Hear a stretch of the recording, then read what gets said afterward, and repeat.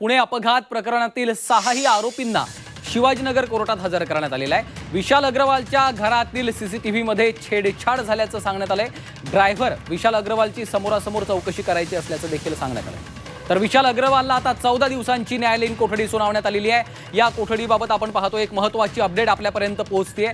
विशाल अग्रवालला 14 दिवसांची न्यायालयीन कोठडी सुनावण्यात आलेली आहे।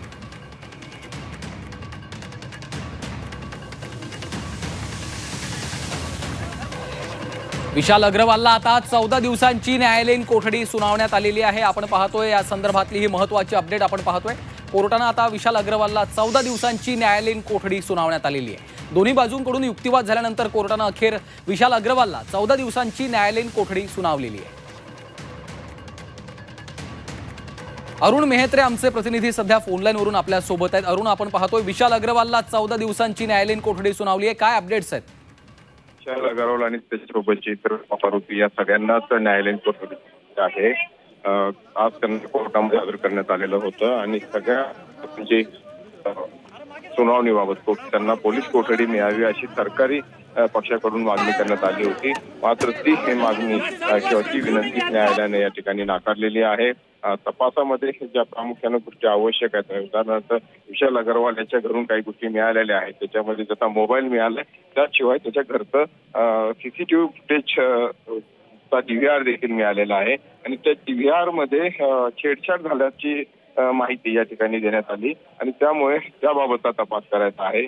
शिवाय त्याच्या मोबाईलमध्ये असलेला जो डाटा आहे तो तज्ञांकडून त्याचं विश्लेषण करायचं आहे, अनालिसिस करायचं आहे आणि म्हणून त्याची पोलीस कोठडी आवश्यक आहे असल्याची विनंती सरकारी पक्षाकडून करण्यात आली। त्याशिवाय इतर काही कारणं देण्यात आली की ज्याच्यामध्ये उदाहरणार्थ त्यांच्या मुलांनी खर्च केलेले पैसे, त्या इतर काही गोष्टी ज्या घडल्या या सगळ्याच अनुषंगाने तपास करण्यासाठीची पोलीस कोठडी वाढवून देण्यात यावी अशी मागणी करण्यात आली।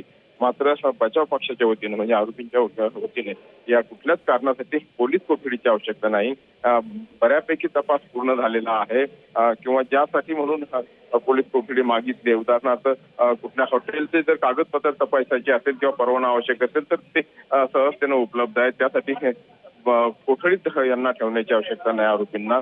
त्याचप्रमाणे मुलांनी काय केलं याचा तपास करण्यासाठी हॉटेलच्या कर्मचाऱ्यांना कोठडीमध्ये ठेवण्याची आवश्यकता नाहीये। ड्रायव्हर संबंधीचा जर तपास करायचा असेल तर ड्रायव्हरला ताब्यात घेऊन ड्रायव्हरची चौकशी करावी लागेल, त्यासाठी म्हणून या इतरांच्या कोठडीची आवश्यकता नाही। तर या सगळ्या गोष्टी ध्यानात घेऊन म्हणजे दोन्ही बाजू म्हणजे आरोपींचा पक्ष आणि सरकारी पक्ष दोन्ही बाजू ऐकून घेतल्यानंतर न्यायालयानं सगळ्या आरोपींची न्यायालयीन कोठडीत रवानगी करण्याचे आदेश दिलेले आहेत। निश्चितच आपण पाहतो विशाल अग्रवालला आता 14 दिवसांची न्यायालयीन कोठडी सुनावलेली आहे आणि या संदर्भात अधिक माहिती देण्यासाठी आमचे प्रतिनिधी निलेश खरमरे सध्या आपल्यासोबत थेट जोडले गेलेले आहेत। निलेश, आपण पाहतोय 14 दिवसांची न्यायालयीन कोठडी सुनावण्यात आलेली आहे, काय नेमका युक्तिवाद झालाय, काय अपडेट्स आहेत?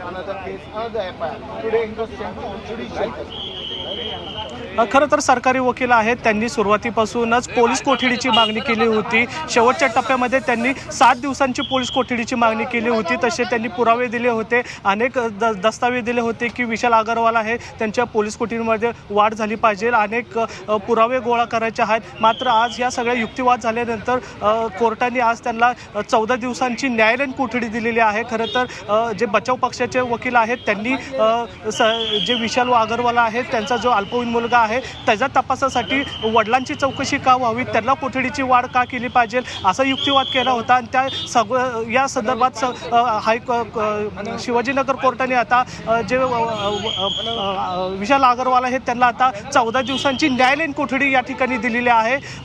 एकूण जर पाहिलं तर युक्तिवादमध्ये आपण आरोपीचे जे वकील आहेत त्यांनी विशाल अग्रवाल आहे याला न्यायालयीन कोठडी देण्यासाठी का पुढे जावं असं युक्तिवाद केला होता। खरं तर जे मुलांनी अल्पवयीन मुलगा आहे त्याच्या हातून हे प्रकार घडलेला आहे, मात्र त्याची शिक्षा वडिलांना का द्यावी आणि त्यांचा तपास का करावा असा युक्तिवाद करण्यात आला होता। मात्र जे सरकारी वकील आहेत त्यांनी विशाल अग्रवालचे ज्या काही गोष्टी आहेत, घरातले CCTV असतील किंवा ड्रायव्हरशी बोलणं असतील, हे सगळ्या गोष्टी तिथं मांडल्या होत्या। मात्र हे सगळे युक्तिवादानंतर न्यायालयाने आता विशाल अग्रवाल आहे त्याला 14 दिवसांची न्यायालयीन कोठडी दिलेली आहे।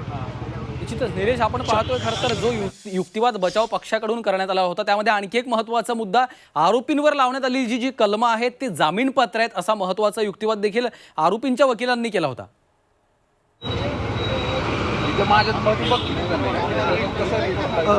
नक्कीच या ठिकाणी आपल्यासोबत अरुण सर आहेत. अरुण सर खरं तर कोर्टामध्ये होते, त्यांनी ही सगळी गोष्ट आहे ती समजून घेतली होती, युक्तिवाद केला होता. सर, आतमध्ये कोर्टामध्ये नक्की युक्तिवाद काय झाला? दोन वकील होते, त्यांचा युक्तिवाद काय होता नेमका?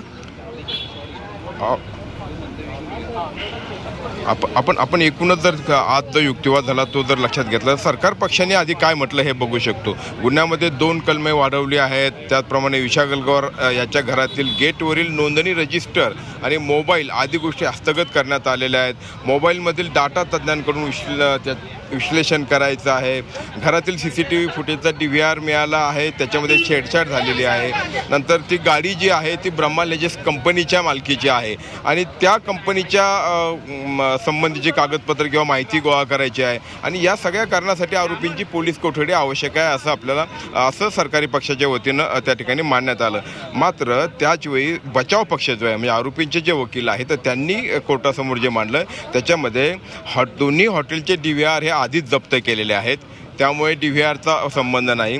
दिलेले पैसे म्हणजे या वडिलांनी मुलाला किंवा पार्टी करण्यासाठी दिलेले पैसे जे आहेत तर त्याचा या प्रकरणाचे म्हणजे पुढच्या कोठडीसाठी काय आवश्यक, म्हणजे पैसे कशासाठी दिलेत आणि हे सगळं आधी तपास झालेला आहेत किंवा त्यांनी पार्टी केलेली आहेत आणि त्याची तपास करायचा आहे, चौकशी करायसाठी कोठडीची आवश्यकता नाही असं त्यांनी म्हटलं आहे. हॉटेलचे कागदपत्र, परवाना तपासणे जे आहेत तर त्याबाबत कोठडीची आवश्यकता नाही असं सगळं म्हटलेलं आहे. आणि मुलाने काय केलं याचा शोध घेण्यासाठी वडील विशाल अग्रवाल यांच्या पोलीस कोठडीची आवश्यकता नाही. ह्या सगळ्या गोष्टी ज्या आहेत ह्या दोन्ही बाजूनी मांडण्यात आल्या. आणि आणखी महत्त्वाचं मध्ये 199A मोटार वाहन कायद्यानुसार अल्पवयीन आरोपीकडून गुन्हा घडला असेल तर पालकांना जबाबदार धरता येणार नाही असं निरीक्षण या ठिकाणी नोंदवण्यात आलं. आणि गाडीच्या नोंदणीसाठी 1758 रुपये भरले नाहीत आणि म्हणून 420 कलम लावलं गेलं हे देखील कोर्टात बचाव पक्षाकडून मांडण्यात आलं. तर या सगळ्या बाबी ज्या आहेत ह्या विचारात घेतल्या गेल्या आणि या सगळ्या प्रकरणामध्ये तपासासाठी या लोकांना पोलीस कोठडीमध्ये किंवा ताब्यामध्ये ठेवण्याची आवश्यकता नाही असं सांगण्यात आलं. आणि म्हणून त्यांची आता न्यायालयीन कोठडी म्हणजे त्यांना आता तुरुंगात त्यांची रवानगी होईल आणि स्वाभाविकपणे तुरुंगात रवानगी होत असताना किंवा झाल्यानंतर त्यांना जामिनासाठी अर्ज करता येणार आहे. सर, जो पुरावा आहे तो पुरावा नष्ट केला या संदर्भात काही युक्तिवाद झाला होता का? प्रामुख्यानं म्हणजे 2 गोष्टी याच्यामध्ये आहेत. एक तर म्हणजे एक पुरावा जो आहे तो DVRच्या संदर्भातला म्हणजे तपास अधिकाऱ्यांनी, तपास यंत्रणांनी या आरोपीच्या घरातलं CCTV फुटेज ताब्यात घेतलेलं आहे आणि त्यामध्ये त्यांनी छेडछाड केली असं सरकारी पक्षाकडनं सांगण्यात आलं आणि त्याचा तपास करायचा आहे. अर्थात हा एक भाग झाला. आणि दुसरा जो पुरावा नष्ट केल्याचा महत्त्वाचा भाग जो आलेला आहे तो म्हणजे आज सकाळी पोलीस आयुक्तांनी सांगितलं की ड्रायव्हर जो गाडी म्हणजे त्यांचा फॅमिली ड्रायव्हर आहे त्याच्या अंगावरती ही केस टाकायची, त्यांनी हा गुन्हा अंगावरती घ्यायचा आणि स्वतःच्या मुलाला वाचवायचा अशा पद्धतीनं आपण पाहतो पोलीस कोठडी नाकारून आता न्यायालयीन कोठडी सुनावण्यात आलेली आहे. तुर्तास धन्यवाद या सविस्तर माहितीसाठी.